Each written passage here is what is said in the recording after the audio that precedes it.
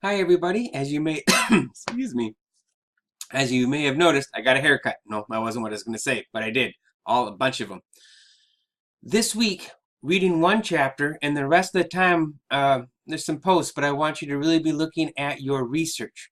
And so this video is going to show you one little research journey that I've been on so you can see how you can use technology, Google, library, etc., all of that to your advantage, and YouTube, right? And then I'll also show you a couple techniques because at some point you will turn in your research notes. Now this might be a file that you're keeping, it might be pictures of your note cards, I'm not sure, but I'm going to go through a couple methods this week, right? Because to me, one of the most frustrating things about doing research is I find something, I make a little note, but the note is incomplete. And then a week later or 3 days later, I'm putting it into my paper and I'm going, crap, I don't know where this is. Or I only know the book, now have to go back and find the page number, right?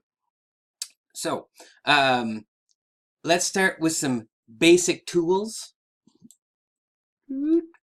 Ah, we'll figure this out.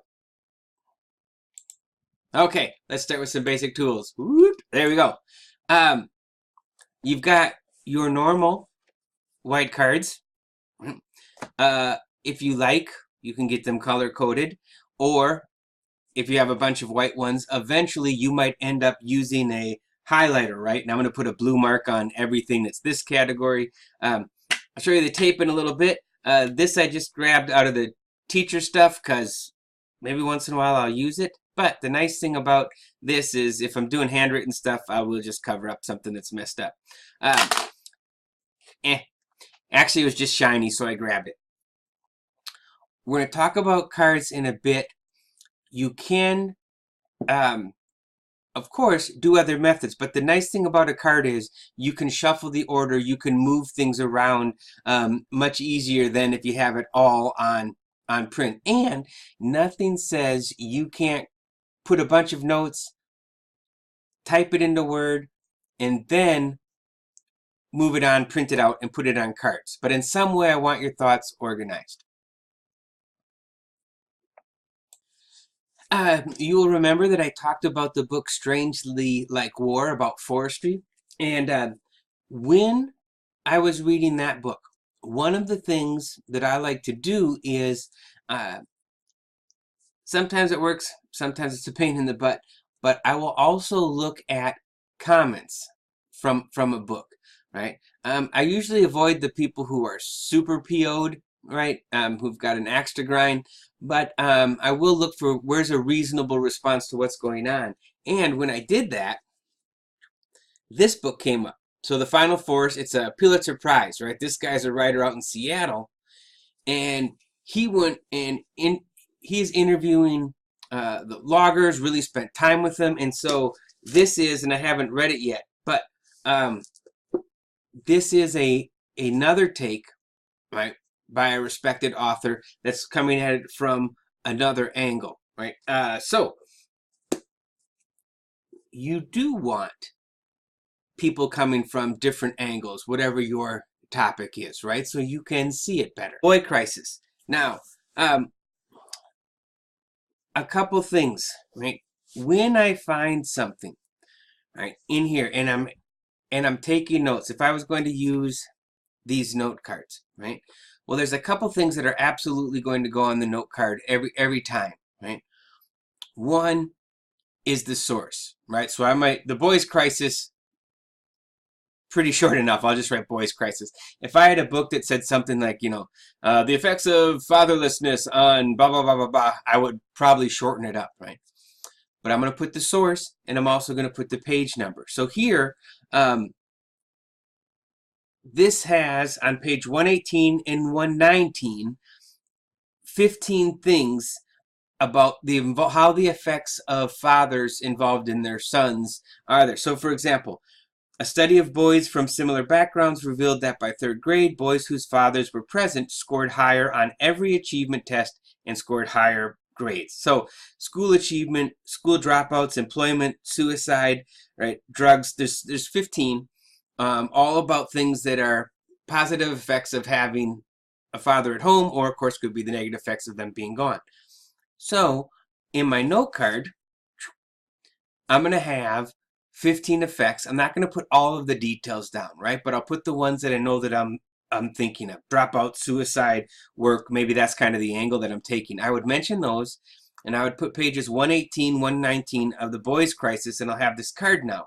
So basically, that might be the only thing I take out of this chapter, and now it's right here in my card, and I'm going to have a stack of maybe how suicide in young boys. And so every time I get information that's tied into suicide, right, I'll have those cards. Maybe that gets a blue card, or well, I'll have to figure out my system as I go, but they will be set up, and then I'll be able to have, here's my stack on this, here's my stack on employment, here's my stack on the other part, and I can even visually see how balanced I am, right? Because if I find out that I've got 10 different documents on suicide, 2 on employment, well, I can ask myself, hey, maybe really what I want to look at is suicide in young boys, which is higher than girls. I think it pretty much always has been. And maybe that's where I want my paper to go. So I might even have to change my research question to originally looking at what are the effects of fatherlessness on boys to, whoa, I'm really looking into suicide. So I might change my research question after a while into what are the major reasons or major influences of male teen suicide or something like that, right? Now, Warren Farrell and Gray. Gray is the Venus and Mars guy. Men are from Mars, women are from Venus. And when I saw that, I'm like, do I want to read this? But I know Warren Farrell, so I'm like, Steve, put your attitudes on that guy aside. Now, one of the first things I would do is go to Amazon. So once you find a book, right? So you've done your searches, you got a book that's working. And remember, books are nice because they take a long time to write, right? So typically they're more research, they go into more detail because that is the format. So once I find this book, I like to go down and look. Oops, I think I just passed it. Other books people buy. So Boys Adrift, The 5 Factors Driving Growing Epidemic of Unmotivated Boys and Underachieving Men. Oh, hey, that might be a book that I need to look into, right? And actually, I've heard of this Sachs guy before. But so I'll click on this book. I'll read the summary, right? Look at this. Okay, from kindergarten to college, boys are less resilient, less ambitious than 20 years ago. The gaps are rising. Okay, this might tie in. So now I have another name, Leonard Sachs, that I can start doing in my searches, right? And so I can even click on Leonard Sachs and see what are other his books, right? So, oh, this is what he's an MD, right? Writes about girls, gender, parenting, boys. Okay, this guy strong. Don't see his name there, but clearly this is an author who cares about children, right, and looks into it. So now I'm going to write down somewhere Leonard Sachs, Boys Adrift, just for a starter so I don't lose it. Because I was talking about Warren Farrell, but already I know, hey, here's another book that I need to look at. Ooh, can I? Shoot. It's nice when it'll give you that you can look inside, because I love to look inside, open up the table of contents, and then, I can, right? So let's go to table of contents. Changes at school, video games, medications, endocrine disruptions, failure to launch, revenge of the forsaken gods. Wonder what the heck that is. But I can see, hey, here are some things that I might want to think about, okay? I see what's inside. Maybe I have just increased the search terms I can use. Right? But again, we were starting with Warren Farrell. So once I know, okay, I like this person or I like their ideas, I'm absolutely going to go to YouTube, right? And see what are they talking about. And then also, so I'll see him talking. I'll see who likes them, who doesn't like them. This is going to expand some of my research. Now, when I watch one of these videos, I need to do more than cut, right? At the minimum, I need to cut and paste the URL, right? That's just so I can go back and find it. But most likely, I'm going to put down the title of the video, right? I'll watch the video. I'll stop it when I get ideas, write them down. But again, I need to keep what that video information is, because if I just have a quote from Warren Farrell and no connection to it, man, I'm going to have to go back and look all over the place. Now, I have the name. I've watched some videos. I'll even go into our library database and see what articles are in there. And actually, you can see some earlier books that he read, possibly an article. Now, I like Warren Farrell, well, because I've actually met him and talked to him, and he seems like a very reasonable person. But everybody, let me rephrase this. Not everybody is going to like your sources, and they might have solid reasons for it, or they might just have an axe to grind or not like it. So one of the things I like to do, hold on, I'm going to go to Google,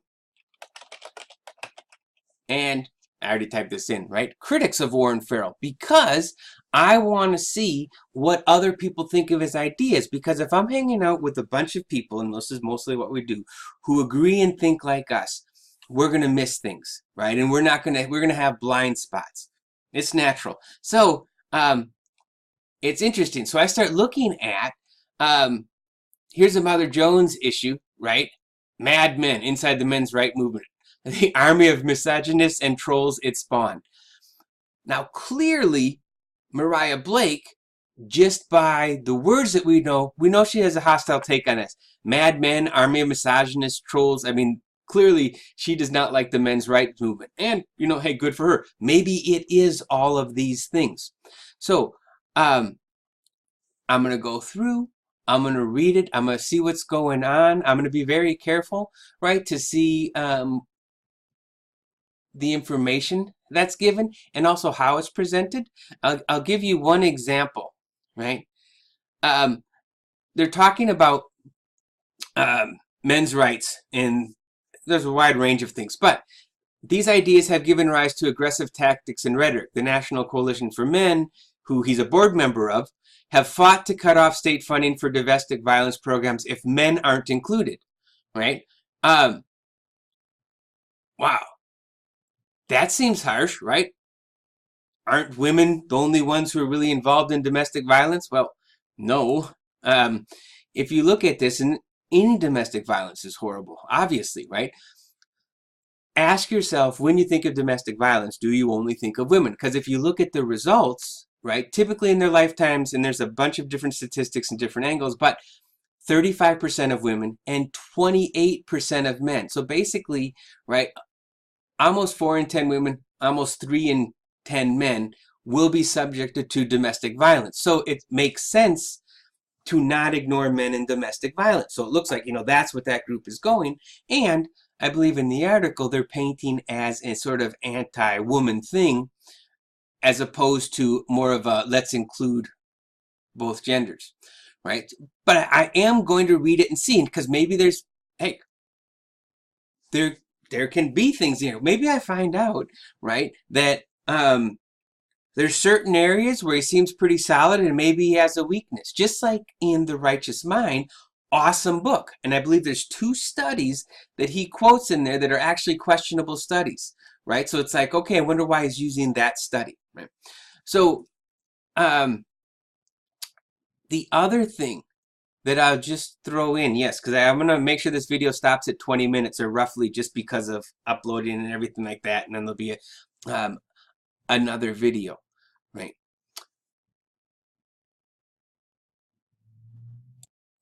So just to show you how complicated pretty much anything is going to be. And I'll show you, and this is how I know Warren Farrell. This is the White House Council on Women and Girls. So if you go down and look, right, and this is from President Obama, this is a place, right, that the agencies that are taking charge of the needs of women and girls into policy. So it's like you think of women and girls when you're creating, right, programs, legislation, support, right? Makes a heck of a lot of sense, right? It's also a place, though, say you've got a daughter who is struggling and you're like, man, where can I go for help? This can actually be a place where you can go and kind of see what resources are out there. It is a great idea. Well, it's a great thing that exists. Warren Farrell and a bunch of other men and women would also like a White House Council on boys, men and boys, right? And I've actually been, for a short time, I was with the group trying to make that happen. And no, and it really so far hasn't mattered whether it's a Democrat in the office or a Republican in the office. It's like, no, we can't have this. And you have to ask yourself, why? Why in the world wouldn't you want the government to think about boys when they do policies? I don't know, but I'm a radical. I believe if you make the world better for girls, you make it better for everybody. And I think if you make the world better for boys, you make it better for everybody. But I'm crazy. So this is kind of, this is the journey. Whatever you're talking about, I don't care if you're, whatever your topic is, I want you to find that book, find that article by an author that you're like, oh man, this is good. This is important. Then I want you to go on YouTube and see who's see that person. Are they talking about it? I want you to check the database, see what articles that they've written, right? Then I want you to go to Google and go critics of, and find out who's got another view of this, right? And because I really want you to explore, and that's going to broaden what you're looking at it. And on Friday, I'm going to put in an article that's really about, have you done the work to have an opinion? Right? And it's like, we all have them, but have we really thought them through? And part of having an opinion, at least this article argues, and I agree with it, is if you do not at least understand the basics of the other side or sides, you don't understand your own side. Because how can you if it's like, well, this is what I think and it's right. Well, what about these other things? Well, I don't have to think about that.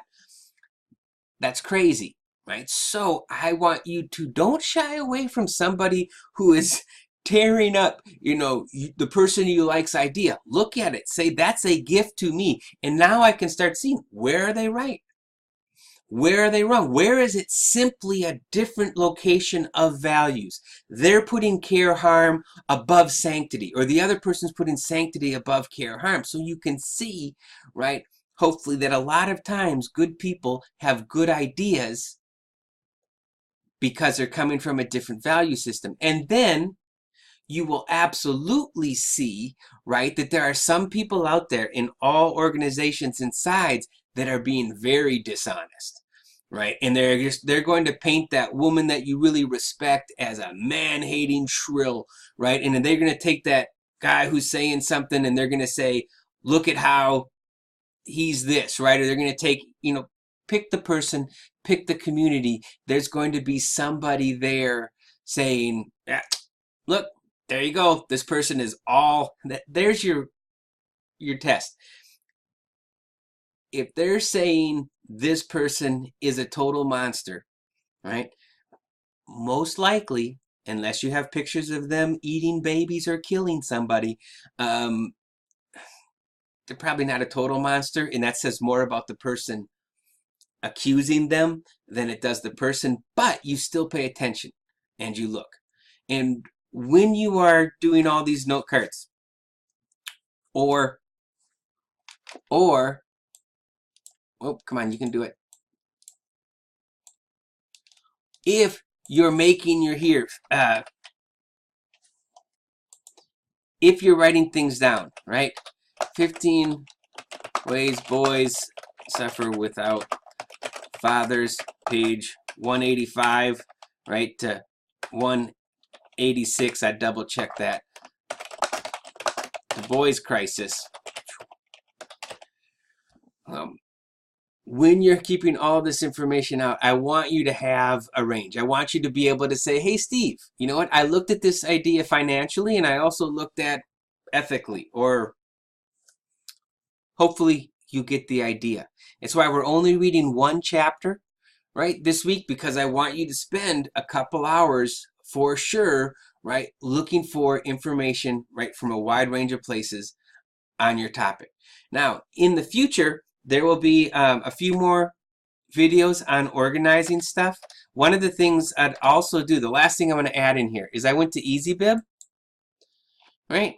And book, boy, not boys, because that's a whole nother set of books. Boy Crisis. Yep. This is the book. I already checked everything out. That's why I can move so fast. Right. Complete it. Now I've got my cert. Oh, look at this. I can even get what the in-text citation is going to look like. Right? So, anyways, I'm not going to make you watch me. I would copy this.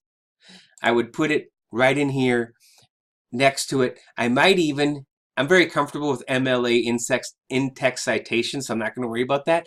But if this is still new to you, I would pull out that example, put it in right there, right? And so then you know exactly what you have. You have all your information, right, in one place. Right? And I can also print this out, cut it up, put it on cards if I want, or come up. I'm sure you can be creative in how you want to organize your thoughts. But make sure, moving forward, all those things that you find, you are recording name and title at a bare minimum so you can find it again. But really, you should name, title, get that source already made. Boom. Use EasyBib or one of those other things. And then a line or two about, on page 185, here's the information that's important, right? Okay. There'll be at least one more video this week on Friday, but I'll probably easy for me to talk today. I'll probably throw in another on Wednesday.